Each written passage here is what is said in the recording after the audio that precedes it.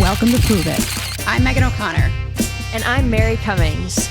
This is the podcast for people who know that they were meant for more, but just don't know how to achieve it. Every week, we bring you real conversations, proven strategies, and that kick in the ass you didn't know you needed to become the person you really want to be. So I hear you have some big news to share. I do. So I just closed on my first home on Friday. Super excited. Thank you. Yeah, it's not your typical first home. I mean, some people do the whole house hacking thing, and that was kind of where our mindset was, but it's a 2-family in downtown Saratoga. So I didn't buy it to keep living in a 900 square foot apartment for the next 2 years. I bought it so that I could set myself up for the long term. I feel like that's really smart. I feel like that's where it all should begin, you know? So you save that investment property for years to come and have it for the long-term goals. Yeah, so my 2-year plan is live there for the next 2 years, rent out the downstairs Airbnb, Skidmore. We're just kind of going to start throwing stuff at the wall and see what sticks. I mean, got a pretty big mortgage to pay now, so, you know, you just got to throw everything out there. I mean, it was definitely a huge decision to make and a scary decision to make given the number that we paid for the property, but at the end of the day, it comes down to like, what is the risk versus the reward in the long term? And it was off-market opportunity. We had little to no competition, and it was just the right move to make at that time. Yeah, very, very exciting. So tell me more about like the journey from, you know, putting the offer in and inspections. I know you went through a couple like, you know, objections, I'm going to call it. Yeah. So talk to me more about that. Yeah, so right off the bat, obviously we put the offer in. There was one other person who saw the home. So we were a little bit nervous there, but that just kind of solidified our desire to have the property. Like as soon as you kind of get that fear of loss, like, oh crap, somebody else could get this. Like it made us want it even more. Second step, obviously, you go through the inspections, and the inspections came back a little bit rough. Like I won't lie, there was definitely some huge red flags, like foundational issues with the home. So we did as anybody would do, and we had a second opinion come out. The first second opinion that we got was also pretty rough. So they gave us a quote of like 50, 60K to fix the issues on the foundation. So we went back to the sellers with that number. We were like, hey, this is what came back. Like we're asking for this in a credit. And you know, they obviously had an agent that was representing them, and she was like, we're going to get a second opinion. So that we had another inspector come out, or a foundation specialist come out, did a secondary inspection, and it turned out to not be as big of an issue that we initially had thought it would be. That's great. And I think that that's like where I always like to come from. It's just like we're all trying to get to the same goal, you know, like you want to buy the house, seller wants to sell the house. Like it's almost like let's work together and try and figure this out, because you guys came to the understanding that the foundation issue wasn't as big as a deal as somebody led you to believe, right? And you felt comfortable moving forward with the outcome that it was, and everything turned out to be great, obviously, because you ended up closing. So it just seems to be a win-win on all sides, but it took a little, you know, a massaging on each end, and it all worked out to, you know, to be successful closing at the end of the day. Yeah. So, I mean, as soon as you get that initial inspection report back and it's like listing all these issues out, and then you go and you have a second opinion come in and they're doubling down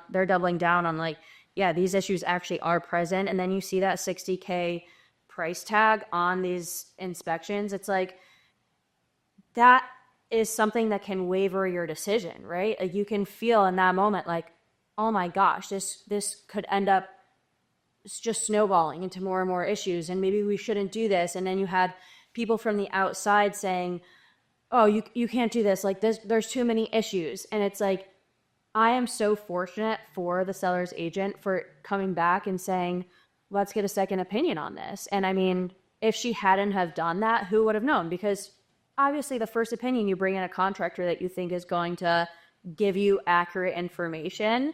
And sometimes it does just take that extra layer to be like, hold on, like let's pump the brakes, get a second decision, or a second opinion, and go from there. And I mean, like I said, there were times throughout this whole journey where we really had to kind of waver back and forth of like, is this going to be worth it? And that second opinion on these inspections made us realize, like, you know, it is going to be fine. It's not that big of a deal. And like in 5-10 years, this property is only going to increase in value. So I was like, if you can work through these issues on the front end, it definitely makes it worth it in the long term.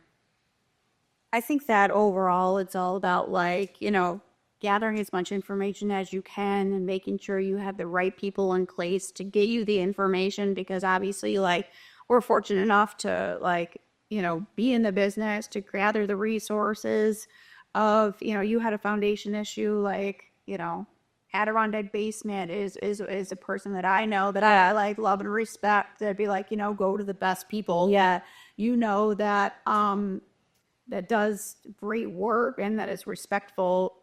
So that's my go-to. But it's just, you know, what is it going to be, and who do you know that's this absolute specialty in that one field, and what are you dealing with, and do you feel comfortable with the issue at hand? Can it be fixed? If it can be fixed, you know, what is then that cost, and how are we moving forward from here? Do you feel comfortable? If so, let's do it. If not, it's like, okay, maybe it's time for us to then find another house. Right. And it's just like, you know, it's all of those decisions and like, you know, working through them to get you to a point in what direction then you want to go into.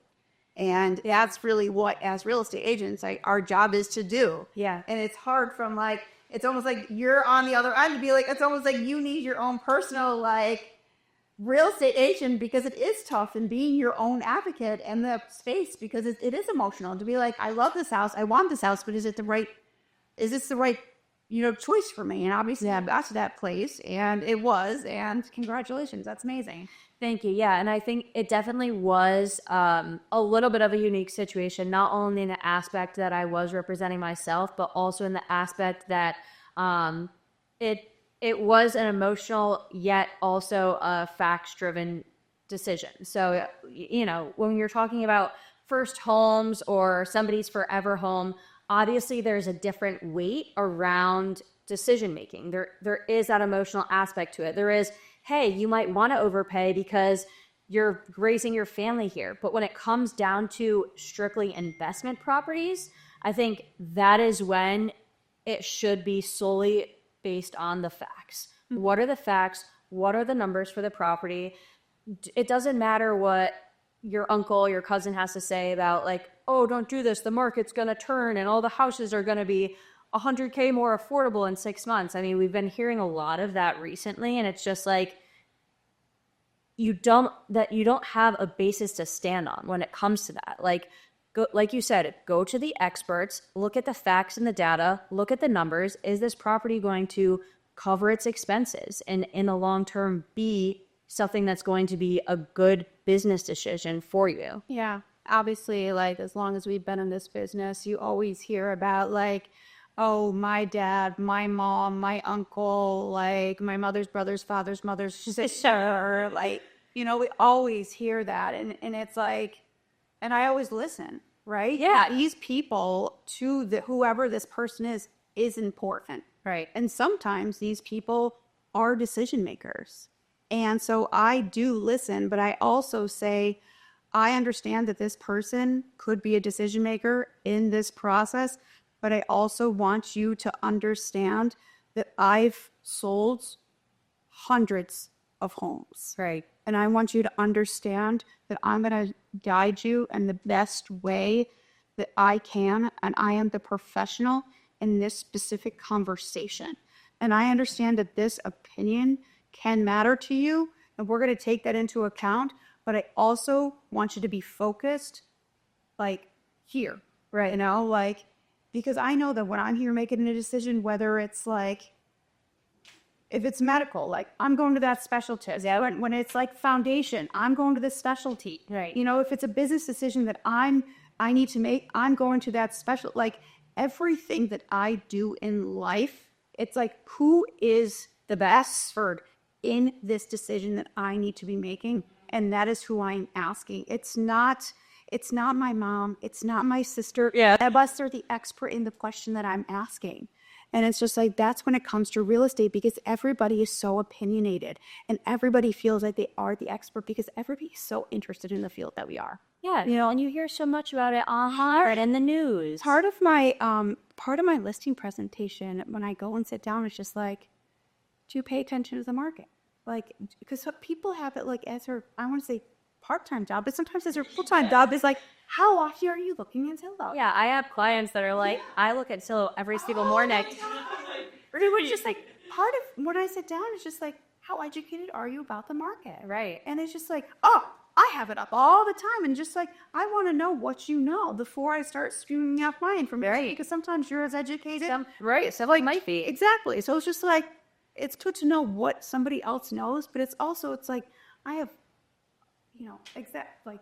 15 years of experience, like that has to count for something. It does. So it's just, taking that into account, because I understand that those opinions of these can matter, and I get that, but we also need to, have the professional opinions, like, really, that's why we're here. Yeah, I mean, exactly. We do have this as our career for a little bit of a reason. And yeah. You hired us for a reason. Yep. And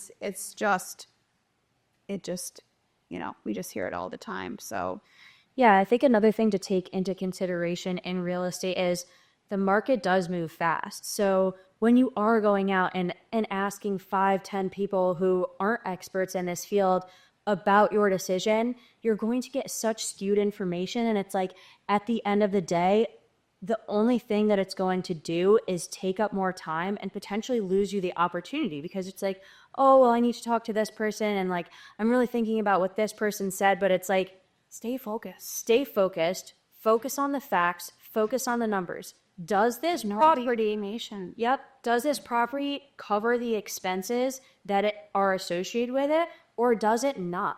And if it doesn't, how do we cover that gap? Or does this property just not make sense in that moment?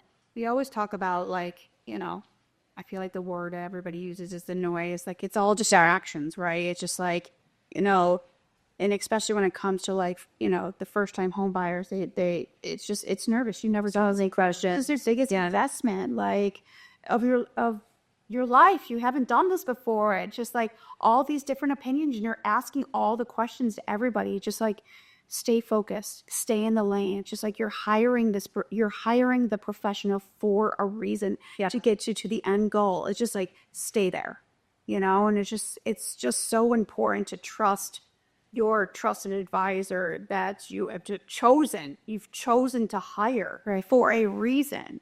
So it's an exciting time, and I always just say, like, stay in that lane that is going to get you to the end goal. Yeah, definitely. I mean, I think that the one thing that I always say is an opportunity cost is an opportunity lost. And what that really means is, like, the opportunity that you are potentially giving up by wavering these decisions, or saying, oh, well, I don't want to pay asking price, or I need to take more time on this decision. It's like, the chances of you losing that opportunity are so much higher. And if you just ask yourself, like, I'm sure there's regret in these situations. I'm sure investors have thought back on a property. It's like, if I would have bought that property 10 years ago, I would have been in such a better place. So it's like, focus on the facts, focus on the numbers, talk to your real estate agent, and if the numbers make sense, take that leap. Like, it's because I guarantee it's going to be worth it in the long run. Do your due diligence, of course, get your inspections done, make sure your numbers are tight. But if they are, it's like, you can't go wrong in real estate. Everybody says it's one of the best investments you can make. It is. And it's just like, whether it's this property, I mean, I definitely walk into properties with buyers, and I'm like, hell no. Yep, absolutely not. Hell no. And I'm the first person that will tell you, don't buy this property. This property. I'm like, I'm the only realtor who be like, don't move. Yeah, don't buy this property. Like, buy it with somebody else. Like, I'm not selling you this. And it's just not every property is a right fit for every Right. person. And, obviously that's that buyer's choice to be able to make.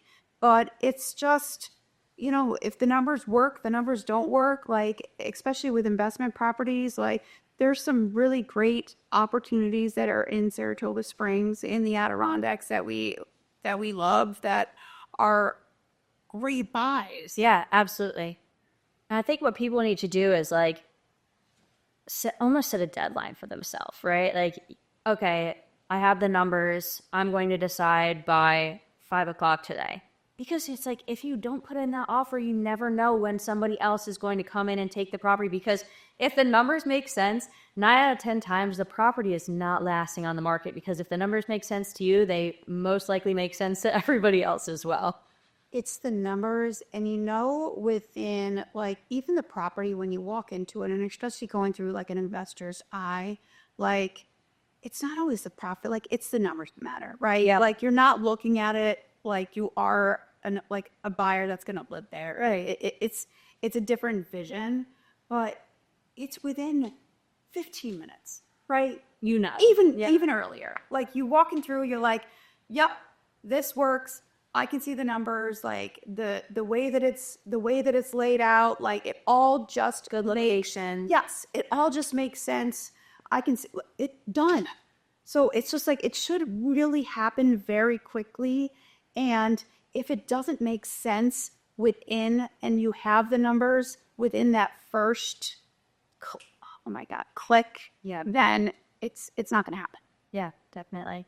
When it comes to your investment properties, I mean, it's really simple. It's your profit and loss. So if it's obviously already being run as an investment property, that's easy. So you already have like your profit and loss sheet that you can hopefully get from that seller, whether it's long-term, short-term. If it's not, then there's enough data within Saratoga, I'm going to talk about Saratoga, that you should be able to estimate or grab that data from other Airbnb, other rentals, from other other sources. agents, whatever it is. It's not hard to get. So that information should be able to be acquired within hours. Hours, yeah. I mean, And put together in a spreadsheet for your review. And it's going to be very obvious, like right off the bat. Like, where is this located? How much does it cost me? Is it going to do well as either is it a Skidmore rental? Is it a trap rental? And it, like you said, it's that first click. Yep. Does it make sense or does it not? I feel like we've been doing this for as long as we have, that it's just like, these numbers aren't hard to come by, and it's all easy to come by. Does it make sense? Yep. Let's do it. Let's put the offer in, or we're too far apart. This doesn't financially gotta make sense for me, and we're moving on to the next. Yeah, so I think the overall idea is make the decisions. Don't phone 5 friends. Don't waver over the numbers. Do they make sense or do they not? What are the facts and what are the data, especially when it comes to investment property? And then once you do get the numbers and they do make sense and you're not moving forward, it's just like, Why? What are you facing? Here. I mean, yeah, I've had clients be like, well, they'll come down in price. Or like, well, if we just wait X amount of time, we'll get a better deal. Not always. Oftentimes it's not. Oftentimes it's not. At Saratoga? Yeah, no. Like, I know. it's just, Saratoga is not the place to be late. Nope. So, if you are trying to make a decision, whether it's around real estate, whether it's something in your career, something in your life, take out a piece of paper, write down all the decisions that you need to make within the next, we'll say, 72 hours, and make a decision on them. Do it. Prove it. The work isn't hard. It's just what most people won't do consistently. If you're ready to master your mindset through small, intentional shifts, keep tuning in. And if you've ever considered how real estate could help evolve your financial future, It's time to have a conversation because you know you were meant for more. Now prove it.